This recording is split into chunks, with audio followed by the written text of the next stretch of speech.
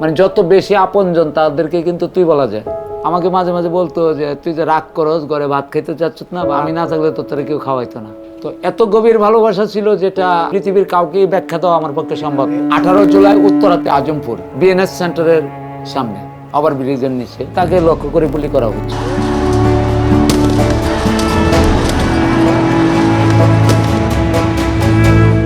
19 তারিখে যখন আমরা গ্রামের বাড়িতে যাই সকালে জানাজা পড়াইতে, কয়েকজন সাধারণ পাবলিক কাঁদতেছে। তো ওরা এত কান্না করতেছে, আমি তো তাদেরকে চিনি না। আমি জিজ্ঞাসা করলাম, তোমরা এত কান্না করতেছো, তোমরা কে, কোথায় থেকে আসছো? পরে বললো যে আমি যখন নারায়ণপুর কেয়ার হাসপাতালে আসছি ডাক্তার দেখানোর জন্য, 5.5-7টা টেস্ট আমাকে দিয়েছে। আমি টেস্টের টাকা আমার কাছে ছিল না, তার মানে ব্যক্তি বের করে বললো না টাকাটা নিয়ে তুমি টেস্ট করো যাও। তা আমি স্যারের ওষুধ খেয়ে আমি ভালো হয়েছি। তো স্যার মারা যাওয়ার পরে যেদিন মারা গেছেন রাত্রে আমরা শুনছি।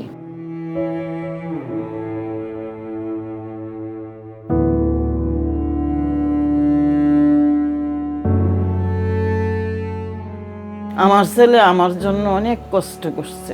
মারা গেছে দিনও আগের দিন রাত্রে, বুধবার দিন রাত্রের 2টা-2:30 পর্যন্ত আমার হাত পাও লোশন দিয়া মাইকা ডইলা দিচ্ছে। আমার ছেলে বাসাতে নেমে আমার জিজ্ঞাসা করতেছে, মা তোমার কিছু লাগবো, তুমি কি খাবা বলো। পরে আমি বললাম যে বাবা, ওই দিন যে আইসক্রিম দিয়ে আমরা ওই আচার মাখার যে মশলাটা দিয়ে আমরা দুইজনে আইসক্রিম খাইছিলাম না, আমার কাছে খুব ভালো লাগছে, এটা আনতে পারবি? পরে আমার ছেলে এটা আনতে এই স্টেশনে গেছে গা। ওর কাছে সব কিছুর আগে ছিল ফ্যামিলি, তার পরিবারের প্রাধান্য বেশি দিচ্ছে। তানভীর হচ্ছে প্রচন্ড জাস্ট একটা মানুষ ছিল। সে কখনো কোনো কিছু অন্যায় দেখতে পারতো না। নস্টালজিক লাগে অনেক, কারণ তানভীরের সাথে আমি প্রচুর হাঁটাহাঁটি করতাম। ইনফ্যাক্ট এই লেকের পাশে আর কি। ফিজিক্যালি অনেক অ্যাক্টিভ ছিল। ও মার্শাল আর্টে ব্রাউন বেল্ট ছিল। সে এলিফ্যান্ট নিয়ে কাজ করতো, লাইন ফলোয়ার রোবটস নিয়ে, সকার বট নিয়ে, রোবোটিক্সের অনেক জিনিস নিয়ে সে কাজ করছে।